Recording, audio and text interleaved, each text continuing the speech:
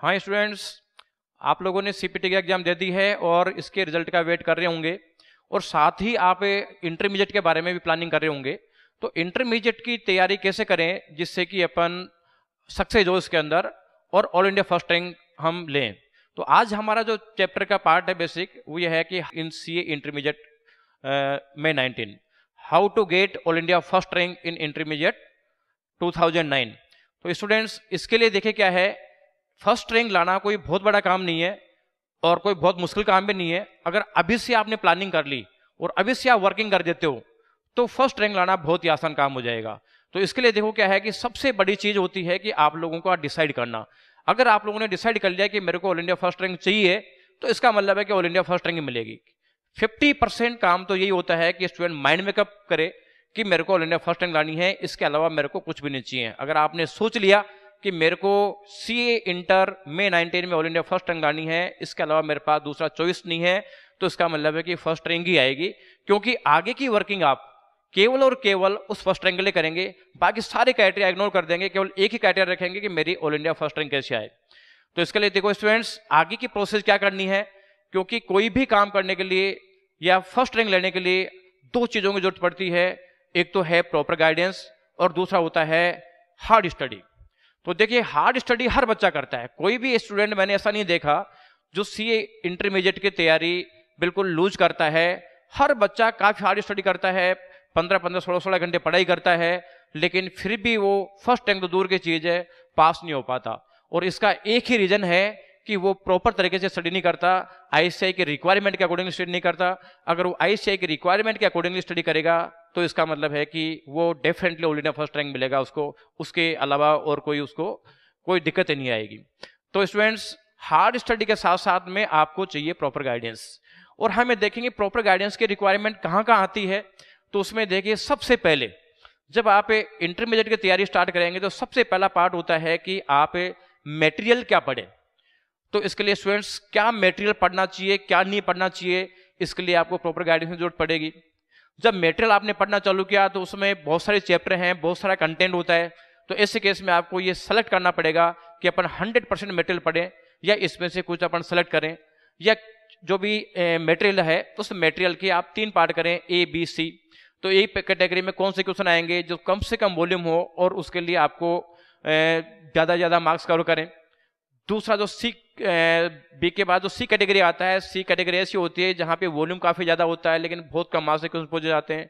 B category moderate होती है जिसमें वॉल्यूम भी मीडियम साइज होता है और मार्क्स भी मीडियम साइज होते हैं। तो ऐसे केस में एबीसी कैटेगरी कौन सी होगी, कौन से चैप्टर ए कैटेगरी में जाएंगे, कौन से बी में जाएंगे, कौन से सी में जाएंगे, इसको गाइडेंस करने के लिए भी आपके पास में प्रॉपर गाइडेंस की रिक्वायरमेंट होती है। और जब आपने मटेरियल को पढ़ लिया, मटेरियल को एबीसी कैटेगरी में पढ़ लिया, तो इसके अलावा भी बहुत सारे चैप्टर ऐसे हैं जो आप देखोगे चैप्टर बहुत अच्छा लगते हैं बच्चों को, सर्टेन चैप्टर बच्चों को काफी अच्छा लगते हैं, लेकिन उन चैप्टर्स में जो क्वेश्चन एग्जाम में पूछे जाते हैं उनमें बच्चों के मार्क्स नहीं आते। तो इसका मतलब है कि ये भी पता लगाना जरूरी है कि कौन कौन से चैप्टर हैं जिसको पढ़ाई करने के बावजूद, अच्छी तरीके से याद करने के बावजूद उनमें मार्क्स नहीं आते। इसके लिए भी आपको प्रॉपर गाइडेंस की जरूरत पड़ेगी। इसके बाद में आपका कोर्स कंप्लीट होने के बाद में रिविजन कैसे किया जाए, क्योंकि देखिए रिविजन करने का भी एक टेक्ट होता है, रिविजन करना भी एक आर्ट है। क्योंकि बहुत सारे स्टूडेंट्स मैंने देखा है कि जो बच्चे सीए में फेल हो रहे हैं वो हो इसलिए रहे हैं क्योंकि वो प्रॉपर रिवाइज नहीं कर पाते।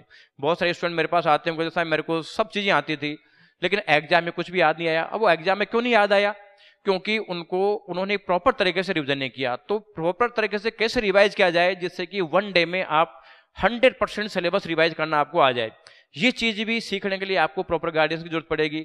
अब जब मान लीजिए आपने पूरा रिवीजन भी कर लिया, एग्जाम आ गया, एग्जाम में आपको कैसे प्रोसीड करना है, आपको क्वेश्चंस का प्रायोरिटी क्या रखनी है, फर्स्ट क्वेश्चन कौन सा करना है, सेकंड क्वेश्चन कौन सा करना है, थर्ड कौन सा करना है, इसके लिए भी आपको प्रॉपर गाइडेंस की जरूरत पड़ती है।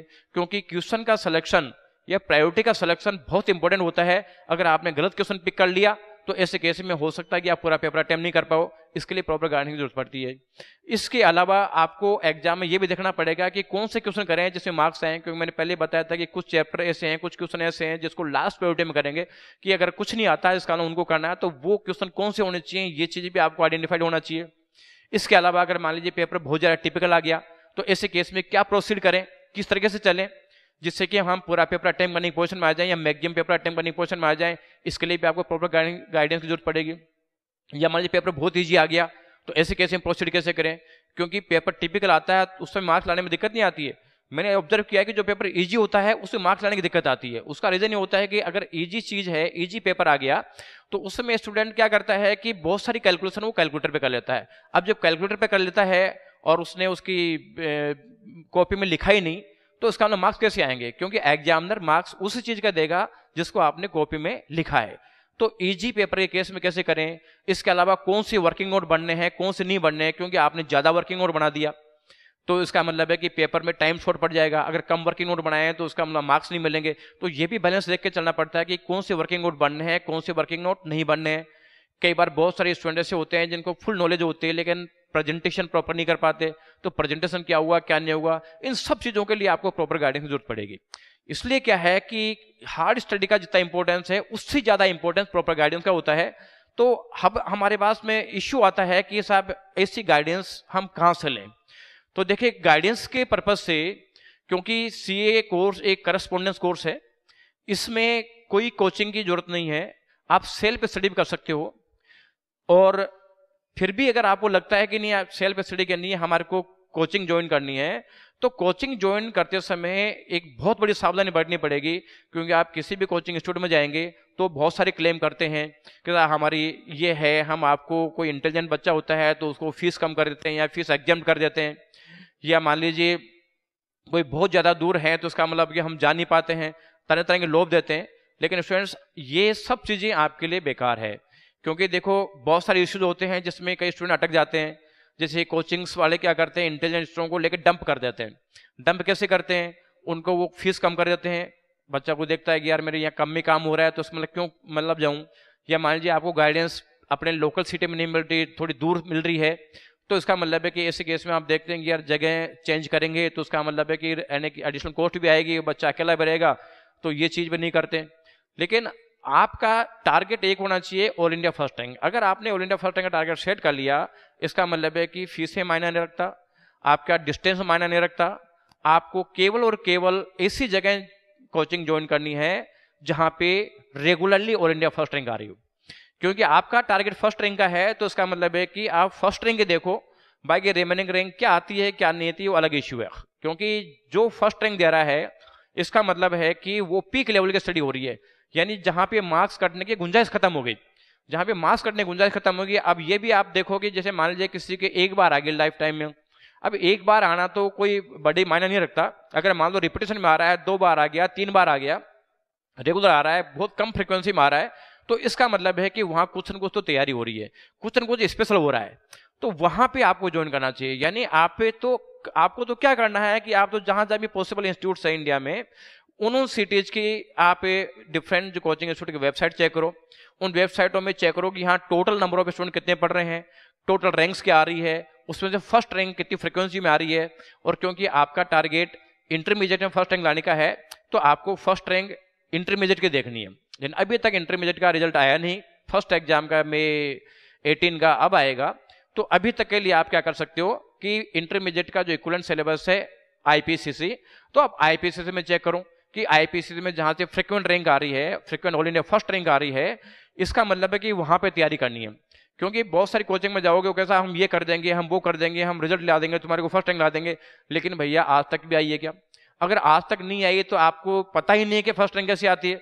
तो जब तक अगर पास्ट में किसी इंस्टीट्यूट के रैंक नहीं आई, फर्स्ट रैंक नहीं आई, या बाय द वे एक बार आ गई, कभी रिपीटेशन में नहीं आ रहा, तो इसका मतलब है कि उनको पता ही नहीं कि स्टडी कैसे करवाना है। मैंने ये चीज ऑब्जर्व किया है कि सीए का सिलेबस 12th के बराबर है, यानी 12th से ज्यादा जोर आने की जरूरत नहीं है, 12th ज्यादा टिपिकल है ही नहीं। तो अगर कोई स्टूडेंट 12th की तरह स्टडी कर देता है बस, लेकिन प्रॉपर गाइडेंस में, तो रिजल्ट लाना बहुत ही आसान काम है, कुछ भी नहीं है। क्योंकि मेरा तो आपको बताऊं, मैं आज का 6 साल पहले हम आईपीसीसी के अंदर जयपुर के लास्ट प्रायोरिटी में थे, क्योंकि हमारा जो पढ़ाने का तरीका था वो था रिजल्ट ओरिएंटेड। रिजल्ट ओरिएंटेड तरीका बच्चों को पसंद नहीं आता था, लेकिन 6 साल में, पिछले 6 सालों में हमने 3 बार आईपीसीसी में ऑल इंडिया फर्स्ट रैंक दी है। और मई 15 के अंदर ऑल इंडिया फर्स्ट और सेकंड रैंक दोनों एक साथ आई है, 7 रैंक और अलग से हैं। इसके अलावा अभी तक का इंटरमीडिएट आईपीसीसी का जो हाईएस्ट मार्क्स का रिकॉर्ड है, जिसमें 700 में से 605 मार्क्स आए थे, वो भी हमारा ही है।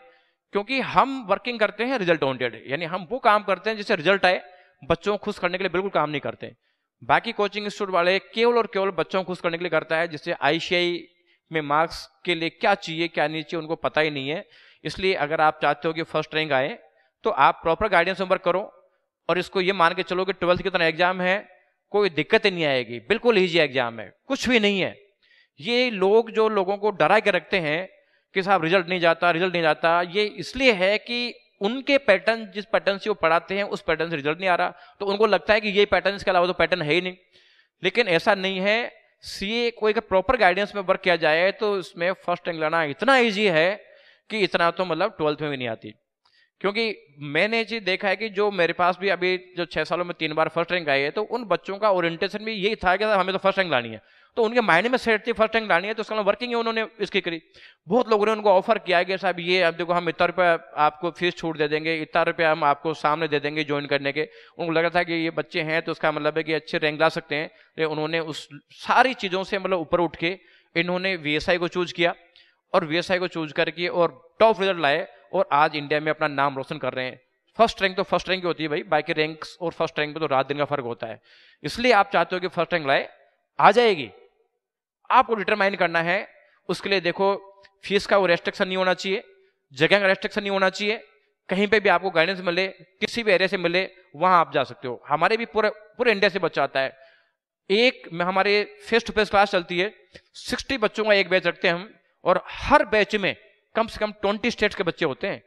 यानी बच्चों का जो माहौल होता है यहाँ पे, वही बच्चे आते हैं इतनी दूर दूर से, इतनी कॉस्ट पे करके, इतनी दूर पेरेंट्स से अलग होके, कि जिनका टारगेट रिजल्ट लेना होता है। तो माहौल भी एक बहुत इंपॉर्टेंट रोल प्ले करता है, क्योंकि जिस जगह नेगेटिव माहौल ही नहीं है, हर बच्चा सोच रहा है कि हाँ मैं तो टॉप रिजल्ट अच्छा लाऊंगा, रिजल्ट लाऊंगा, रैंक लाऊंगा, पास होऊंगा, तो इसका मतलब वो मेहनत करता है। तो यहाँ पे हमारे नेगेटिविटी का काम ही नहीं है, बिल्कुल ही काम नहीं है। सारे बच्चे फुल्ली मोटिवेटेड रहते हैं, इतने दूर दूर से आते हैं, इसका मतलब है कि टू द पॉइंट आते हैं। तो माहौल का बहुत फर्क पड़ता है। अगर आप ऐसे माहौल में फंस गए जहाँ पे लोगों को लग रहा है कि साहब रैंक रिजल्ट नहीं आता, रिजल्ट नहीं आता, रिजल्ट नहीं आता, तो आपको लगे यार पास ही नहीं होती है, पास नहीं होते, मेहनत क्यों करे, और मेहनत करना बंद। इसलिए अगर आप चाहते हो कि मतलब ऑल इंडिया फर्स्ट रैंक आए, तो आपको ऐसी जगह वर्किंग करनी है, ऐसी जगह तैयारी करनी है जहाँ पे माहौल ही फर्स्ट रैंक का हो, और फिर देखो नहीं आती क्या, डेफिनेटली आएगी।